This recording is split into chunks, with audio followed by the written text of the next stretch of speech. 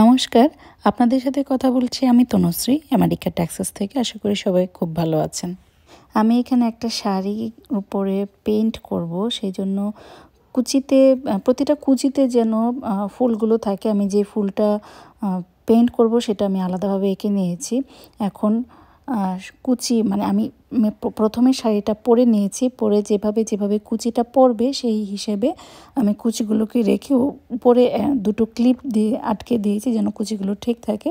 আর সেইভাবেই আমি ফুলগুলো কুচিতে এমনভাবে ড্র করে নিব যেন হাঁটার সময় ফুলগুলো ভাসে। আর এখানে কুচির পরের অংশটুকু আমি নিচে যেই অংশটুকু থাকবে সেটাকে আমি ছোট ছোট ফুল করে এঁকে নিয়েছি। আর উপরের দিকে ঘুরিয়ে যখন উপরের দিকে কাট দিয়ে নিব সেই জায়গাটায় আমি একটু বড় বড় ফুল রেখেছি। এখানে আমি কুচিটা ঠিক আছে কিনা সেটা দেখে নিচ্ছি, তারপর এমনভাবে ফুলগুলোকে ড্র করব যেন হাঁটার সময় কুচিটা যখন নড়বে ফুলগুলো যেন ভাসে। আর আমি সবটা একদম নিচ থেকে উপর পর্যন্ত ফুল ড্র করব না, আমি অর্ধেক পর্যন্ত বা অর্ধেকের চাইতে কম লেংথে আমি ফুলগুলোকে ড্র করে নেব।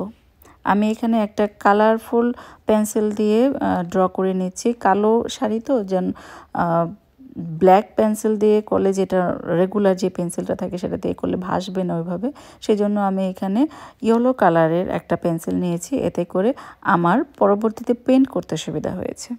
আমি যেরকম সাইজের ফুল এবং যেরকম ফুলটা চেয়েছিলাম সেটা আগে একটা কাগজে ড্র করে নিয়েছি, তারপর সেটা শাড়ির নিচে রেখে উপরে জাস্ট হাত ঘুরিয়ে নিয়েছি। এতে করে সময় বেশি লাগছিল, আমারও কাজটা সুবিধাজনকভাবে হচ্ছিল না, সেই জন্য আমি পরবর্তীতে পেপারটা রেখে দিয়েছি। আর শাড়ির উপরে প্রত্যেকটা ফুল আমি ড্র করে নিয়েছি আলাদাভাবে, এরপর আমি পেইন্ট করে নেব। এটাই কোনো শাড়িতে আমার প্রথম পেইন্টিং। কোনো শাড়িতে আমি এর আগে কোনো পেইন্ট করিনি।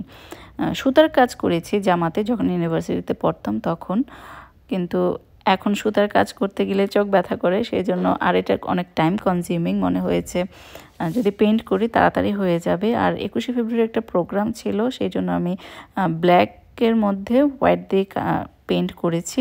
আমার হাতে সময় বেশি ছিল না, সময় নিয়ে শাড়িটাতে পেইন্ট করব ওই রকম সময় ছিল না, কারণ প্রোগ্রামটা খুব কাছেই ছিল। সেই জন্য আমি খুব হালকা একটা পেইন্ট করেছি। আর এটাই যেহেতু আমার প্রথম, সেই জন্য আমি ওইরকম কঠিন কোনো পেইন্টিংয়ে যাইনি।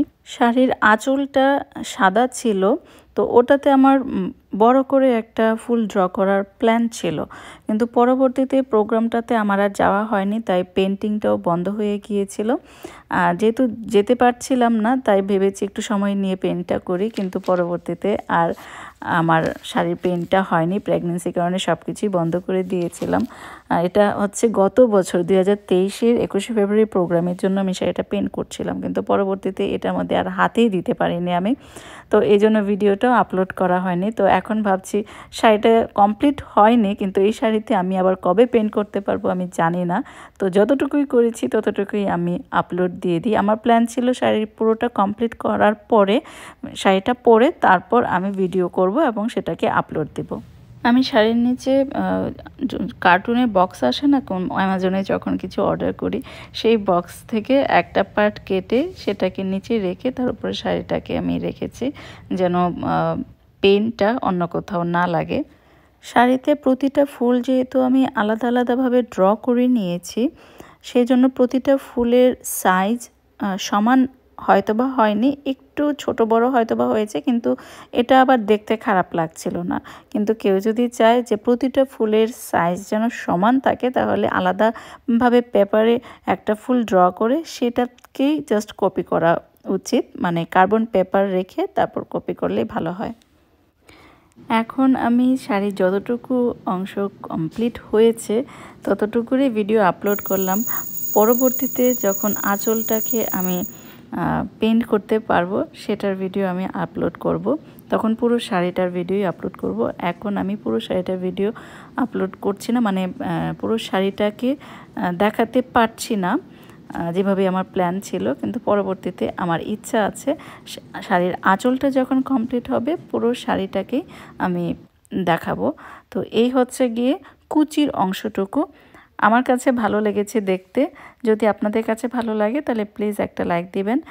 আর আমার চ্যানেলটিকে সাবস্ক্রাইব করে আমার পাশেই থাকবেন যদি আমার চ্যানেলের ভিডিওগুলো দেখতে আপনাদের ভালো লাগে। সবাই ভালো থাকবেন। আসছি পরবর্তীতে। বাই।